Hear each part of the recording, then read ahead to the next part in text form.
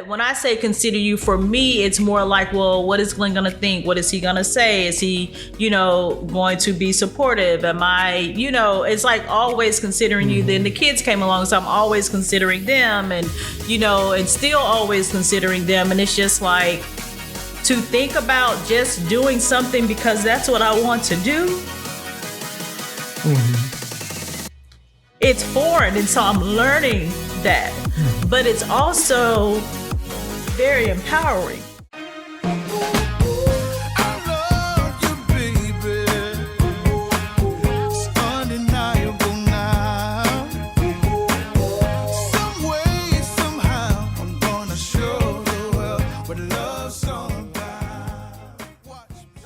Welcome to another episode of Marriage Matters. This is a podcast where we talk about marriage matters because marriage matters. If you're watching this for the very first time, my name is Glenn Coleman, and I'm joined by the woman of my dreams, Tynia Coleman. Hi, guys. What? Why you hesitated? Because I wasn't sure if you were done. You do that all the time. Okay. Where you give these long spiels and I'm just sitting here waiting. Oh, okay. And then you all of a sudden throw a curveball and you give this short introduction. Was that a curveball? You know what I mean. You do something different. Okay. That's a good thing. Sometimes different can be good. You're right. Okay. Mm-hmm. Hey, well, welcome back.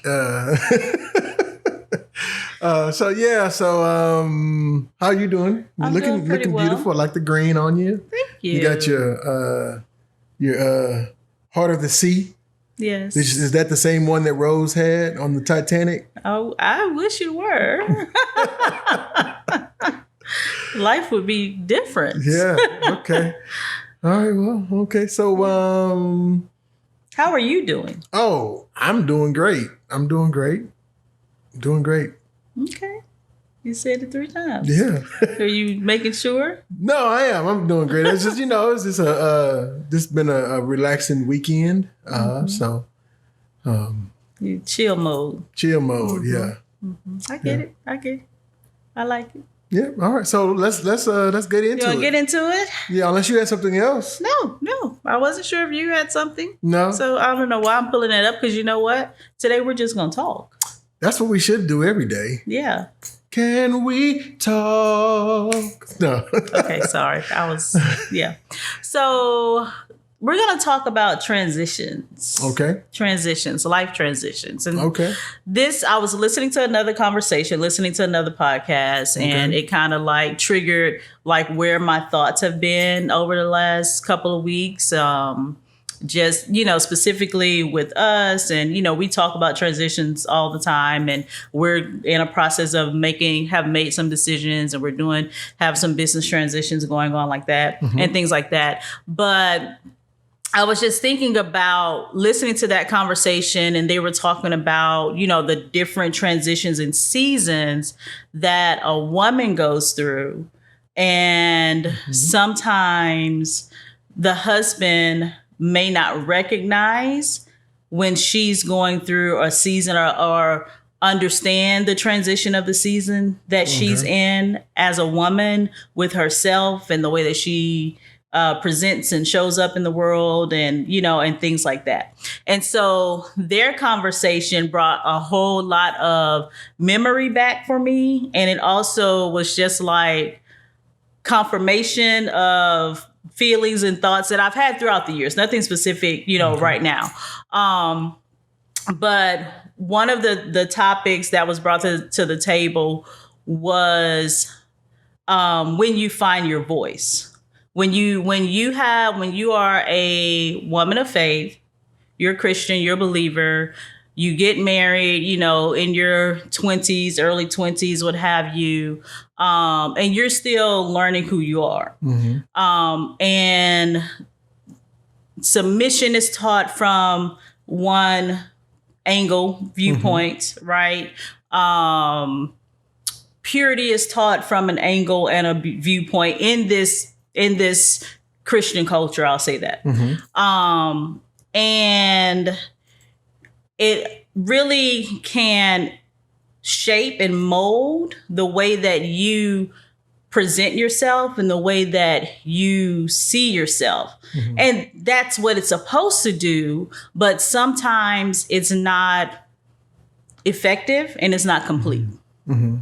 Sometimes it's coming from one viewpoint rather than the full scope of life and the idea that we are still growing and becoming who we are. Mm-hmm. Sometimes, most people don't understand unless you've done studies about how the brain develops and, when you fully mature and things like that. That really doesn't happen for us until we are pretty much in our mid-20s. Mm-hmm. But we make a lot of big decisions oftentimes before we get there. We're expected to make a lot. We are expected to make a lot of big decisions. And that's why I don't really, and I'm gonna go a little bit, but I want you to bring me back. Mm-hmm. But that's why it amazes me, even with our girls, I don't like to put pressure on them as far as like, what do you want to do? Right. Who do you want to be? Who do you want to be? Yeah. Because I'm like, they're 17 and 15. Mm-hmm.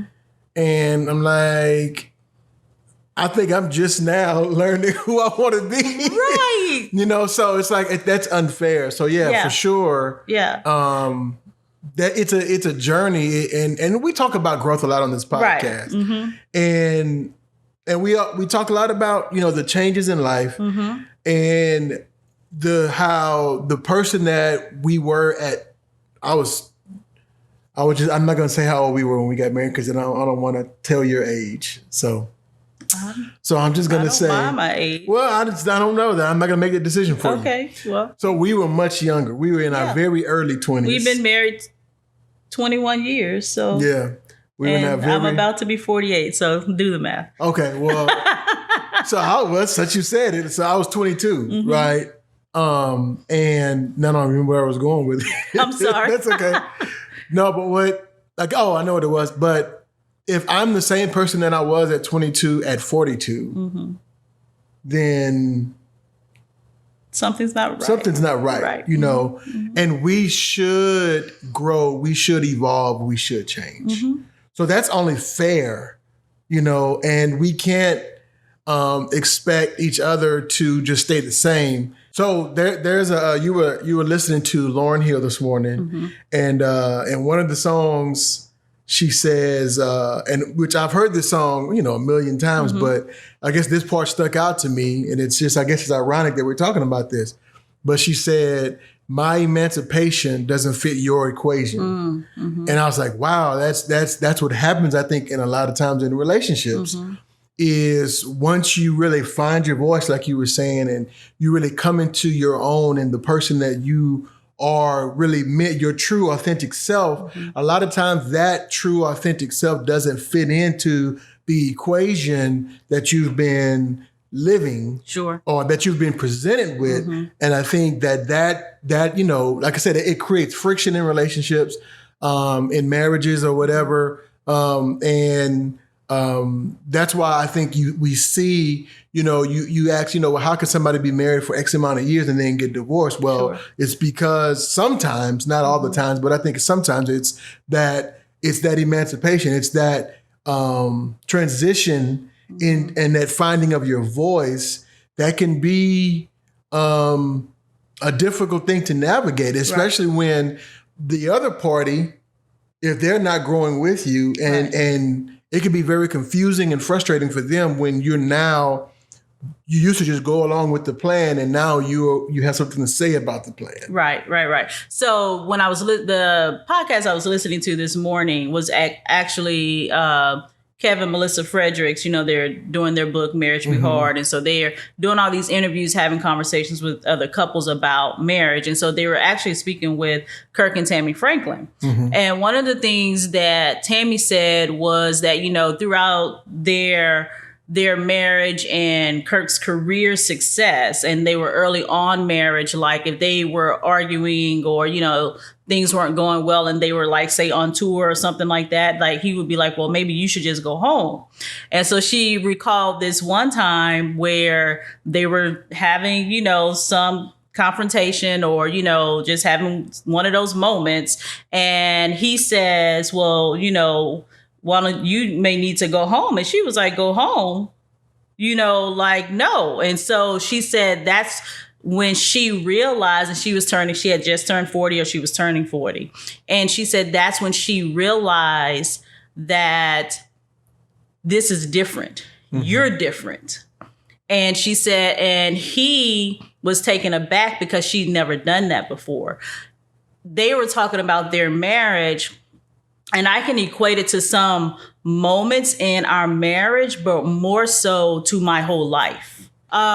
So sometimes all of your childhood experiences, your religious upbringing, whether you've had abuse in your life, your need for connection and attachment, your need for acceptance, and all of those things can drive, of course, the way that you show up in the world, the way that you see yourself. But for me, it was my voice being muted. I feel emotions.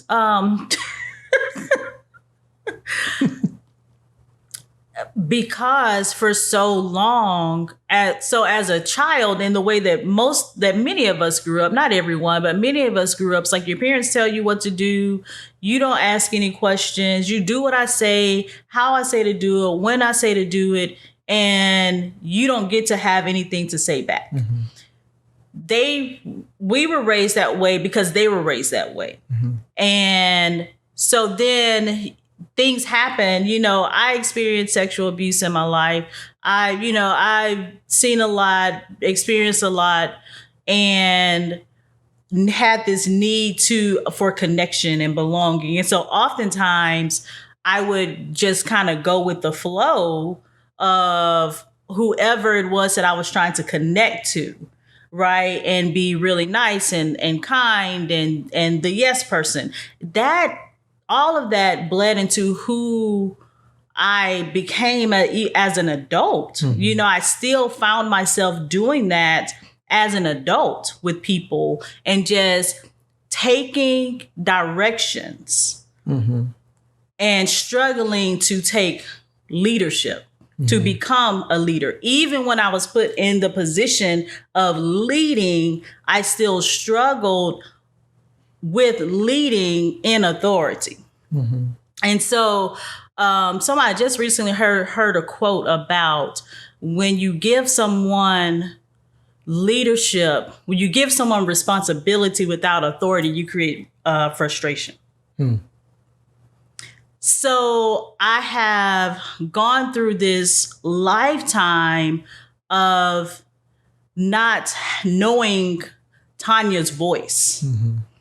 And I have, in these mid 40s to now mid 40s, coming into late 40s, been slowly developing that voice.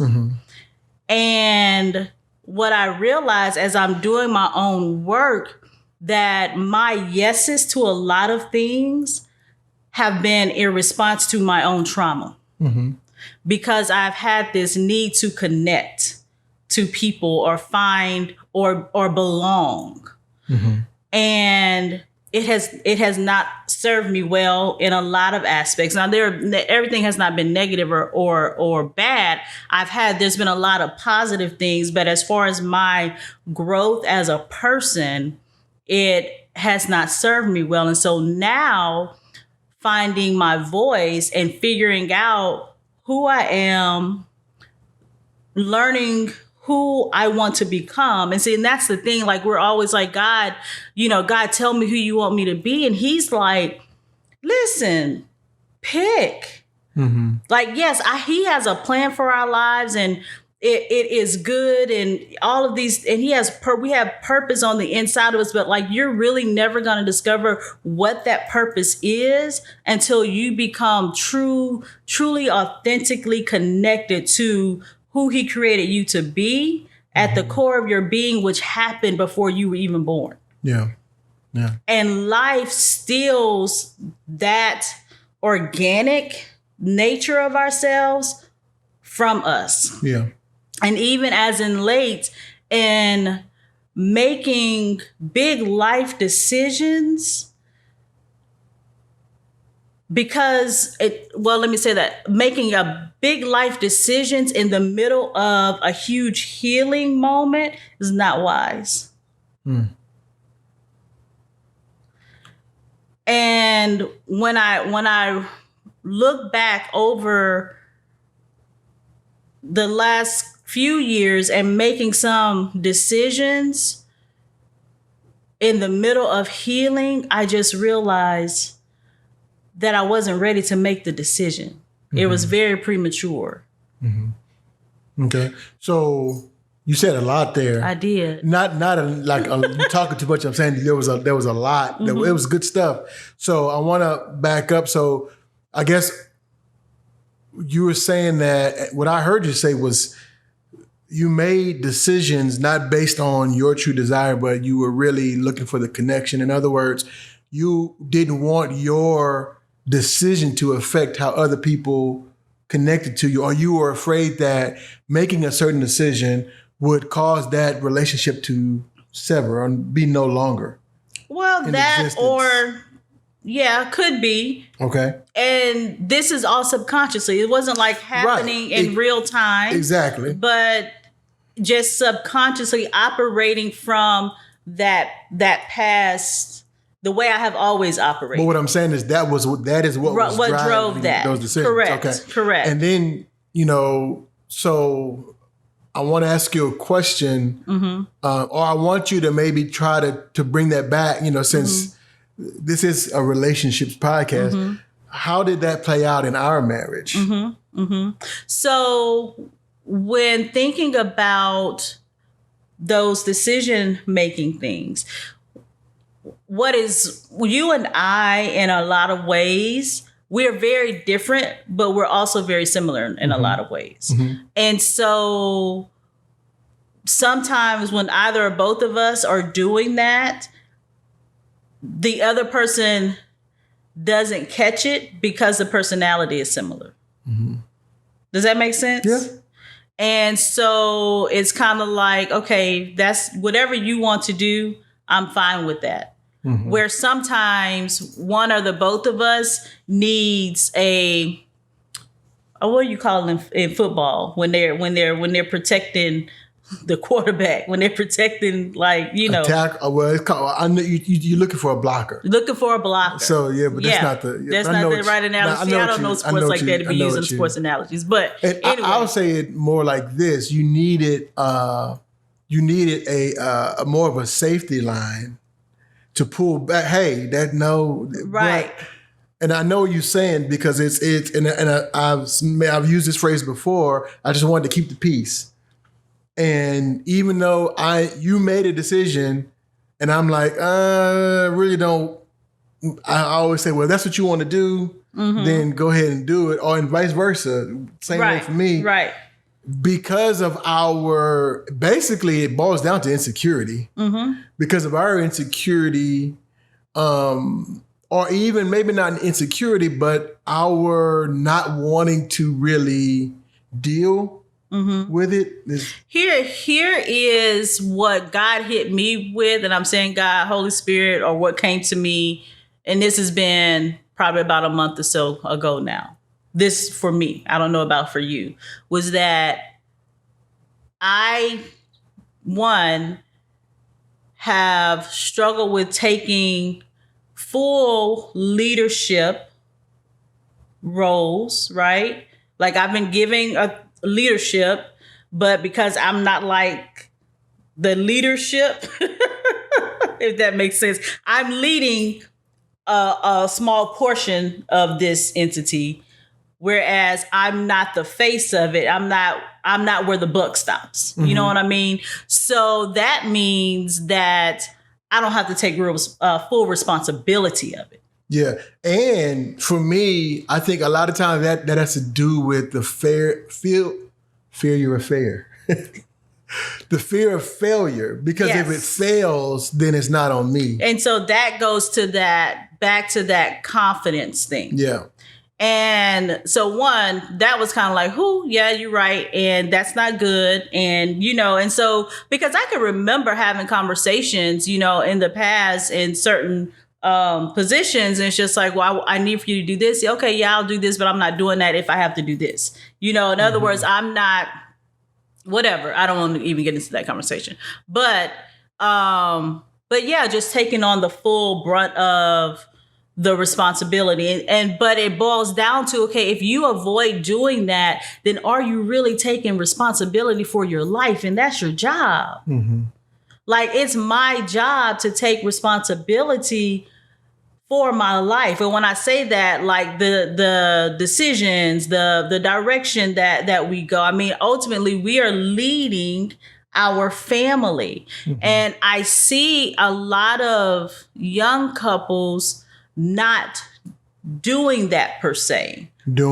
Taking full responsibility for their lives. It's like I can see where, when I say young couples, I mean 20, 30 something year old couples who the husband is not leading to full capacity. And so the wife, because she is quote unquote submitted to the husband, feels this barrier in their lives. And well, he's not leading. And so I feel like I can't grow, or I can't. And then it creates this whole conflict thing. And ultimately what it boils down to is, for whatever reason, he has an insecurity and he's afraid to lead. She has an insecurity, and so she's afraid to lead, when ultimately we should be leading together. I don't know how I got out here, but because this was not where I was going, but I'm out here.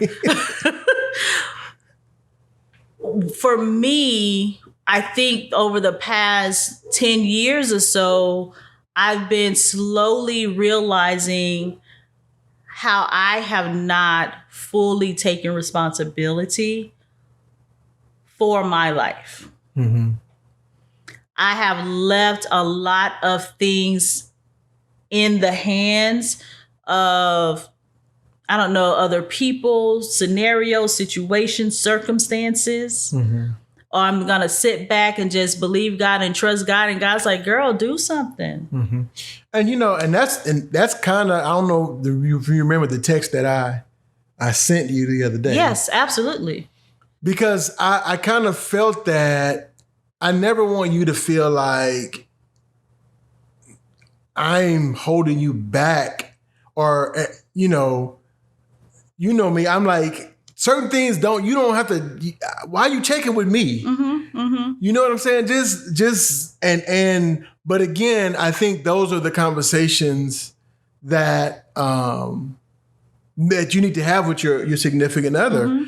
That, what's that dynamic like between each other? So my whole thing is like, man, look, go out, do it, kill it. You don't have to worry about me. And if I'm to the place to where if I feel like you're doing too much, and when I say doing too much, you know what I mean? I don't mean like physically doing, but you know how we say, man, okay, you're doing too much. Right.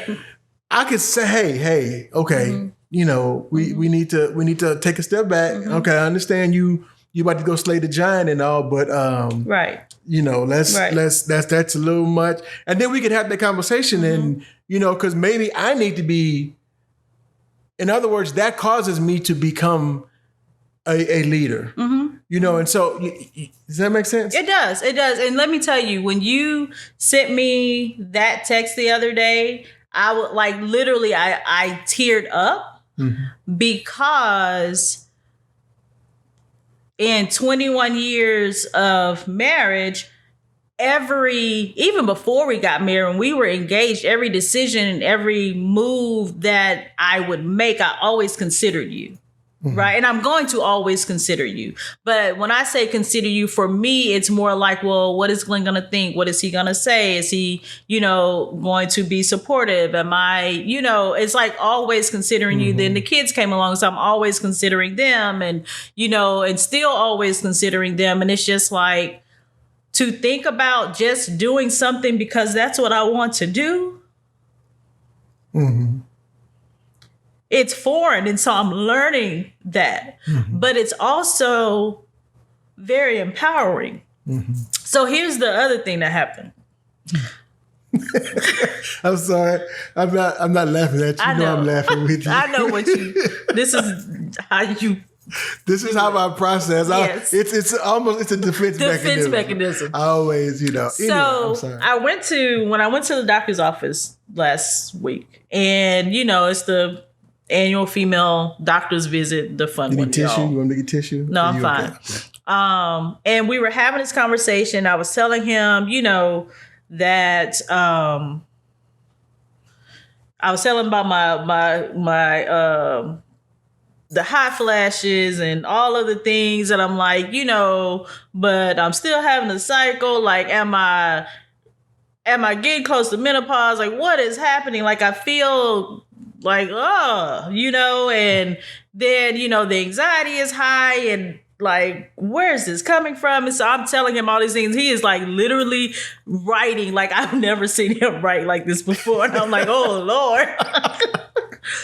And he says, when I finish, he says, is there anything else? And I'm like, well, no. Well, I think I gave him a spiel, and then when he asked the question the first time, I was like, oh, well, yeah, this. And so, I'm giving him all of them. He's like, well, when I finished, and he said, so it does sound very much that you are premenopausal, right? But this can happen for 5 to 10 years. He said the best thing to do is to have a conversation with maybe your mom and, talk about when, she went through this whole process and all of that kind of stuff. He said, but typically, he said, on average, most women 50, 51, they will truly hit menopause. And when you have not had a cycle for a full year, then you're considered to be in menopause. And he said, he said, I know women that, because we were talking about the weight gain and just like, I feel like a foreigner in my own body. It's just crazy. He was saying, you can look at this in a couple of different ways. He said, I know women that this stage of their life, this season of, and I thank God for a godly doctor, because he can talk medicine, he can talk the scripture, he can talk all of the things. The scripture, he said, who have this season of their life when their children are growing or grown, on their way out, or, out of the house, their body goes through this change. He said, I have seen women become the healthiest versions of themselves in this time of their lives, because now you get to put you first. Yeah. He like literally was sitting there preaching to me. And he said, I've seen women lose weight, get healthy, start new careers, build businesses. And I'm just like, okay, you are all in my notebook right now. You're all in my thinking space right now, because it's almost like, okay, sis, if you don't get up and do what it's in your heart to do now, like push godly, whatever the purpose that God has placed you here on this earth out now, besides building with your husband, besides having your children and raising godly children who are gonna go out and do amazing things, whatever it is that they choose to do, you have there's more in you. Yeah. And it literally, when I left there, I was just like, I'm excited about this. Although I still have the same natural feelings in my body right now, like it is fighting against me. But I also have hope. And it brought me back to this dream that I would have repetitively when I was growing up. I would often have a dream of me. Because I used to have a canopy bed. I was in my bed, white canopy bed. And it was a presence that was not a very friendly presence that would come, that was in the room with me. And I would try to call for my mom or call for help, and nothing would come out. It was like I was muted. And I literally remember it so vividly because I had it over and over again. And so it brought me back to that dream about my voice being muted. And And then I look at the process of the things that have occurred in my life and how I've always been very shy to say things or to speak. And now I have taught in, women's groups and classes. I've done presentations. I've preached the word. I've done all of these different things. And that's very different from what I'm talking about. Yeah, I see it as all of those situations. Again, it fits the equation. It's like, this is, you were doing, even when you're teaching, that's in the classroom, or this, you're teaching from a curriculum. That's true. That's still not your voice. And what I see you going through is really finding out and your voice, who you are as a person, and releasing that into the world. And really, I don't know why. I know why. But I just really felt, because I was going to send you, when I sent you that text, I picked up my phone to do it, but then something happened, like an email came through or something, and I put my phone down and said, no, I'm going to send it to her, because I just really felt like I needed to basically, not that I'm holding you prisoner, but I needed to like just turn you loose and say, look, go after this. And don't, because my thing is, as a husband, sure, it would be great for you to, just to be the stereotypical housewife and, what do you need, husband? And I'm here to support my husband and, whatever. But for me to settle for that is I'm cutting myself so short because there's so much that you bring to the world. Who am I to say that you can't, you know what I'm saying? That you can't release that. And I just really felt that, like you were doing some things, but I just was like, look, girl, just go and do it. And here's the flip side of that is this, being that we are in this stage where, Bethany is leaving next year. Oh, Lord. Bailey has 2 more years left. And you're right. After that, it's going to be you and I. And I don't ever want you to resent those girls. And I definitely don't want you to resent me because, we've got 50 more years together. And how miserable would that be? For me to, it's impossible for us to enjoy our life if we resent each other. And that leads into so many other things. So for me, it's like you finding your voice. And I see that text, that's me finding my voice. And letting you know, hey, it's okay. And here's the other thing, not to say that. Lord have mercy, tears, stop. We're not saying that the previous 20 years have been bad or have been what's the word, unfruitful. That's not what we're saying. They've been very fruitful. But the other side is knowing this is that we've done what we were supposed to do. Yeah, that's good. When it comes to the kids, when it comes to other leaders serving roles, we've done what we needed to do. And guess what? Now we've sown the seeds. It's our time. And so it's like, man, look, and then, and I think that is something about, turning 40. It kind of puts you, it's like for the first time you really feel like, you know what? I'm not gonna say that. I didn't say it. like our friend Jeannie, huh? Jeannie. From Growth Challenge. Oh, yeah, that Jeannie. Yeah, I'm a grown blankety blank man. So, who is someone else to tell me what I should be doing or what I should be saying? And you know what? That includes me for you, and that includes you for me. It's like I'm grown. Now, that's not to say that we're disregarding each other at all. No. But it's to say, you know what? This is what I believe that's in me. And so I'm going to support you and you support me in doing those things. And that's what I believe. That's how we are there for each other. Our jobs are not to try to keep going back to the Lauryn Hill song, not to keep you in that equation. because that's only going to produce what we've gotten in the past. Right. And so if we want better, we want more, then we have to grow beyond that. And like I said, I just don't ever want it to be said that I'm the reason why you didn't become everything that you were destined to become. Yeah, that's good. I appreciate that a lot. And it, like I said, the text really, really meant a lot. It literally brought me to tears, and I felt even more empowered and released. And I'm just like, you know what, Lord, just whatever direction, you're taking us, you're taking me, you're taking us, I'm just ready to go. If it means moving to San Diego.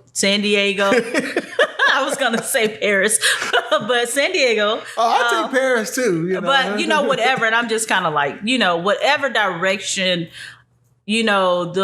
our feet begin to move, I'm ready to move. I'm not questioning loyalties. I'm not questioning capabilities. I'm trusting really for the first time in the Lord. And here's the other thing. Like I say for the first time, but I mean. No, I know what you mean. Like, really. Yeah, you know what I mean? Like, really? Yeah. And here's what I was going to say is like the whole trusting the loyalty thing is like, if I'm doing what I think is best for me and someone else has a problem with that, then that's not my fault. No. That's not my fault that someone else has a problem with me living my best life. And if I really love you, then that's what I want for you. And so that may not look like what I think right that should be, because I don't know. I'm your husband. I'm not your God. So I don't know. You know what I'm saying? I'm not you. So I can't say, well, no, babe, that's not starting. You just said a whole thing. Starting that business. That's not what you we don't do. Well, I can't say that because I'm not in your you, right? And so what I have to do is learn to say, okay, what do I need to do to support that? And how can I support that? In any way that I can support that, I do that. Because here's the other truth is, and all of this is for us, where we're at right now in life. The way I see it is, as soon as you get established and thrive in the area that you're moving into, now that means I don't have to stay where I am to provide the stability that we need right now, because now you can take on some of that. So that means now I can take some risk in other areas, whereas maybe I shouldn't take those risks right now because of where we are as far as financially, as far as having insurance with the kids, all these things that is support. Support is a verb. Yeah. That is real support. Yeah. And we talk about, in marriage, giving your 100%. We've talked about this before. It isn't you give 100 and I give 100. It's that together we make 100. So if you've been giving 60 and I've been giving 40, and when the season changes and I'm giving 75 and you're giving 25, as long as we together make 100 and we are supporting one another, it's going to be, and it is all good. Yeah. And I think, babe, it's these conversations that couples miss. They either don't have them because they're afraid to have them. It's uncomfortable to have them. They don't know what the outcome is going to be. One or both spouses haven't created the room for the other spouse to really share what it is that they're thinking and feeling, right? Or we don't know how to conversate, how to talk and to listen to one another to come to a solution that works for the marriage and not for one or the other person. These are the conversations that couples have to learn to have. And sometimes you have to have those conversations in the room with your therapist. And that was one of the things that the couples were talking about on the podcast that I was listening to. And both of these couples are in couples therapy, and they're all in individual therapy and have been for years. The Franklins have been for years and years. And they talk about, like, sometimes you have to have those conversations in the room with your therapist, you know, and that's why it's okay to get help. That's why, and I have clients one of my clients the other day asked me about, do therapists have therapists? I said, we better. You know, don't see a therapist who doesn't do their own work. Yeah. Like, how can I really serve you if I'm unwilling to do my own healing journey? Yeah. You know, and we always have room for growth and healing. And that's our goal in life. You know, our motto or theme or slogan, I don't know what you want to call it, but we help couples heal from past experiences so they can be the best version of themselves. Yeah. And you're right. So you have to be able to process. The more you process through all of this stuff, the better your life becomes. And you think, you know, now, I'll say this. I'm not saying that these conversations are easy. No. I'm not saying that. Sometimes I'm afraid to have these conversations because I don't know what she's going to say. You know, sometimes it's going, you know, I remember when I first did Growth Challenge. You guys probably have heard us talk about Growth Challenge. It's a weekend where you discover all kinds of stuff about yourself. Anyway, the first time I went to Growth Challenge, I told Tynia, I said, I got to go to this by myself. Because I said, if I go with you, I'm afraid that I may find out I'm the problem.